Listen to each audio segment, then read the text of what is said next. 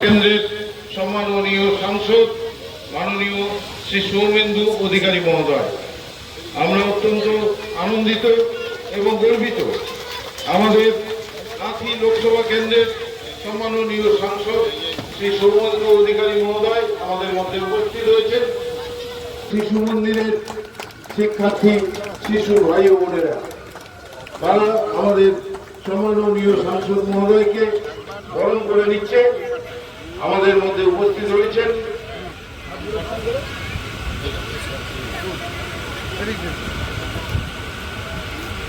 স্বচ্ছ সাগর সুরক্ষিত সাগর যে কর্মসূচি গ্রহণ করা হয়েছে বিবেকানন্দ বিদ্যা বিকাশ পরিষদের পক্ষ থেকে। আমরা পূর্ব মেদিনীপুর যে তটবর্তী এলাকা দীঘা, শঙ্করপুর, তাজপুর, অসংখ্য ধন্যবাদ। যদিও আবহাওয়াটা অত্যন্ত অসহ্যকর, এখানে অদ্ভুতভাবে একটা মনোরম পরিবেশ। প্রকৃতি মায়ের পাশে বসে আছি।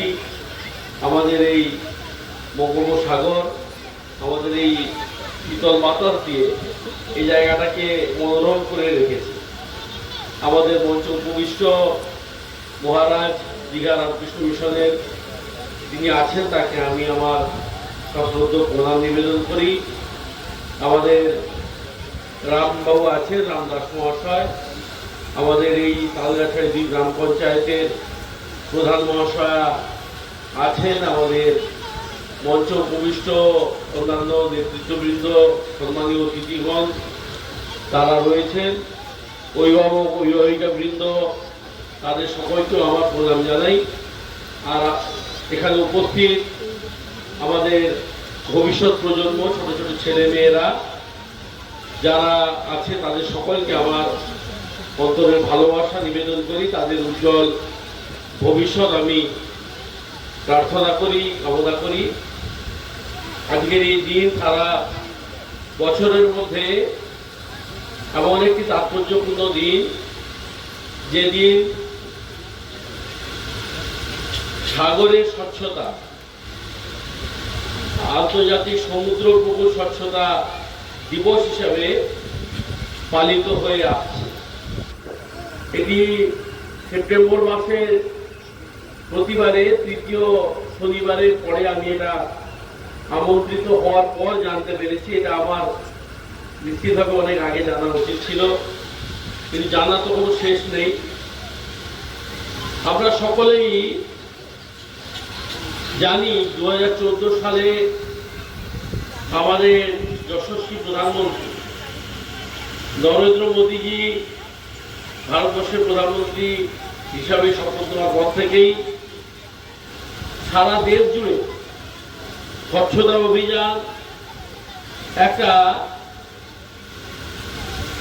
বিপ্লবের জায়গায় গিয়ে পৌঁছেছে। এইভাবে দেশে স্বচ্ছতা অভিযান করা যায়, এইভাবে পরিবেশকে ভালো রাখার ব্যবস্থা করা যায়, এইভাবে বাড়িতে বাড়িতে শৌচালয় নির্মাণ, তা এর আগে কেউ কখনো ভাবেনি। 11 কোটির বেশি ভারতবাসীর বাড়িতে, পরিবারে শৌচালয় নির্মিত হয়েছে এবং স্বচ্ছতা অভিযান একটা এমন গতি পেয়েছে যা সারা বিশ্বের কাছে অনুকরণীয়। কিন্তু এই স্বচ্ছতার সঙ্গে যে আরেকটা অত্যন্ত গুরুত্বপূর্ণ, আমাদের যেটা চোখের সামনে পড়ে, সেটা কিন্তু আমরা সহজেই পরিষ্কার করে তুলতে পারি, কিন্তু যা আমাদের চোখের বাইরে, এটা একটা কঠিন কাজ। এবং সেই কাজটা আরো কঠিন হয়ে ওঠে কেন, যে বিষয়ে আজকে আলোচনা বা যে দিবস আজকে পালন করা, সারা পৃথিবীতেই কল কারখানা সমস্ত কিছু থেকে যা বর্জ্য আবর্জনা সমস্ত গিয়ে কিন্তু ওই প্রকৃতি মায়ের কাছে আমরা বিলীন করে দিচ্ছি, সমস্ত গিয়ে ওই সাগরে নিক্ষেপ করা হচ্ছে। অথচ এই সাগর সারা বিশ্বের, এই পৃথিবী 2/3 অংশ দখল করে আছে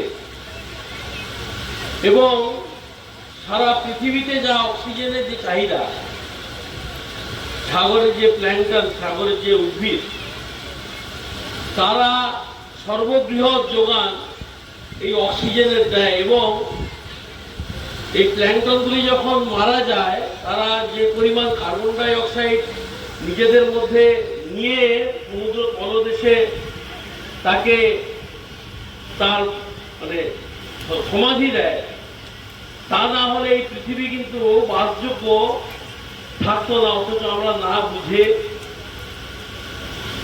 তাকেই সব থেকে বেশি করে আমরা আবর্জনা ফেলে এবং নানাভাবে দূষিত করার একটা ব্যবস্থা করছি। মানব সভ্যতা অনেক এগিয়ে গেছে, চাঁদে মানুষ গেছে বহু বছর আগে, মঙ্গলে যাওয়ার জন্য প্রস্তুতি চলছে। 2034 সাল সম্ভবত প্রথম মানব বা মানবী বলা ভালো, কারণ আমাদের এই পৃথিবীরই এক কন্যার সন্তান, সে মঙ্গল হয়ে সম্ভবত যাবে 2034 সালে। কিন্তু আমরা আজ ওই সাগরের, এই বিশাল বিপুল সাগরের মাত্র 5% সম্পর্কে আমরা জানতে পেরেছি, বাকি 95% আমাদের কাছে এখনো অধরা আছে। এত কিছু জানার পরে, টেকনোলজি আজকে এত এগিয়ে যাওয়ার পরে ভালো আরো সুন্দর রাখতে পারি, আরো সুন্দর বাসযোগ্য করে রাখতে পারি। এটুকুই বলে সকলকে আমার ধন্যবাদ, শ্রদ্ধা, কৃতজ্ঞতা জানিয়ে এখানকার আয়োজক উদ্যোক্তা যাদের জন্য এত ভালো একটি অনুষ্ঠান এখানে আয়োজিত হতে পারলো, সকলকে আমার কৃতজ্ঞতা জানিয়ে, ছোটদেরকে আমার আরো একবার ভালোবাসা জানিয়ে আমার বক্তব্য শেষ করছি।